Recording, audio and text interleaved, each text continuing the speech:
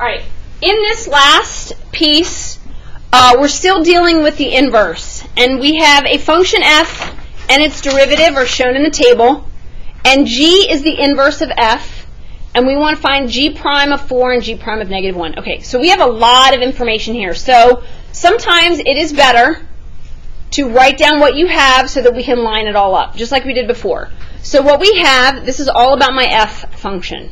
And we know that g is the inverse because it said so. So for f, we have the point negative 3, 4. Does everyone see that?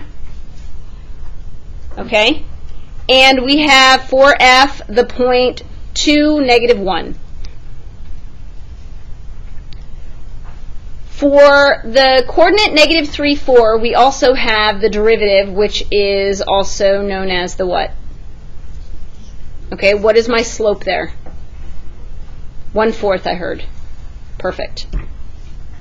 Then we also, for 2, negative 1, have f prime of 2.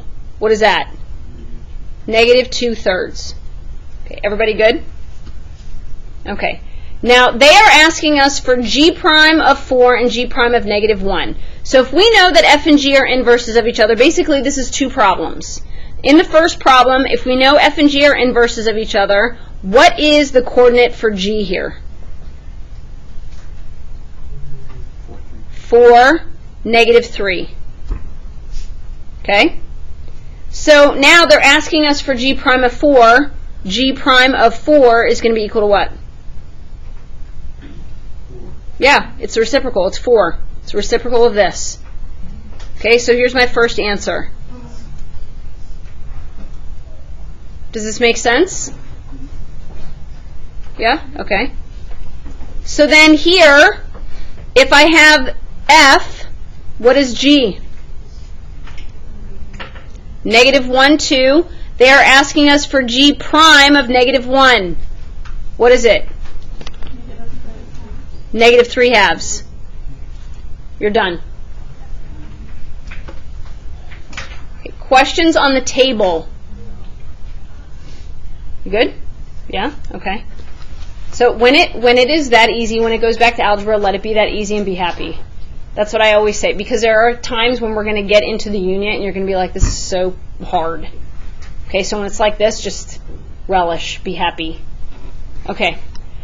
Here it says, let f of x be equal to the square root of x, and g is the inverse. Evaluate g prime of 3. Okay. We don't even have a point, but we might.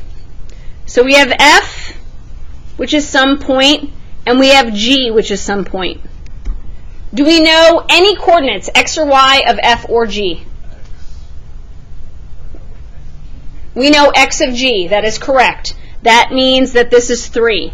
So if 3, here comes all the letters, is the x for g, what is the 3 for the f function? Yes, it's the y value. Okay, perfect. Now, can I find the x for f? I'm given the function of f.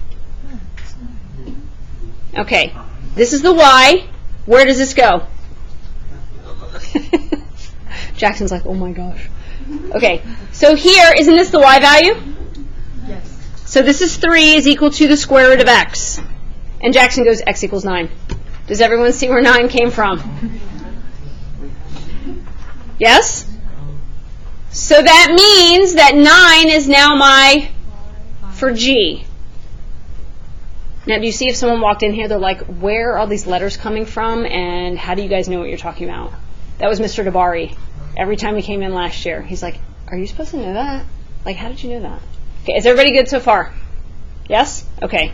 So I guess the last thing that we need to know is, in order for me to find the slope for g at 3, I need to find the slope for f at 9. How do we find the slope given a function? Sir? Absolutely. Okay? So we've got f prime of x is equal to what? 1 over 2 square root of x. And we want to find the slope where for f? I have to find it at 3, so then I can in turn use that to, that's right, No, I heard it. It's at 9. 9. Yes, I heard it. I heard somebody say 9. So f prime of 9 is equal to 1 over, is that 6? So then what is g prime of 3? 6. Okay, so again, the explanation takes a lot longer than the actual work, but if I were to speed through this, I could have lost somebody. Yes. Okay, does this make sense? So it doesn't look like you're given a whole lot of information, but you actually do have enough. It's a matter of how you interpret what you're given. Questions on D before we move to the last problem? Everybody good? Okay, here we go. F of 2 is equal to negative 3. F prime of 2 is equal to 3/4. It's a lot of information there, right? But it's just a point in the slope. G is the inverse of F. Check. Ooh, what is the equation of the tangent line? 2g at x equals negative 3. What? Okay. Here's F. 2, negative 3. F prime of 2 is equal to 3/4. If I said write the equation of the line that's tangent to the curve of F at 2, could you do it now? But that's not what they're asking, right? What do they want the tangent line? G. Okay. So then, what's G's point?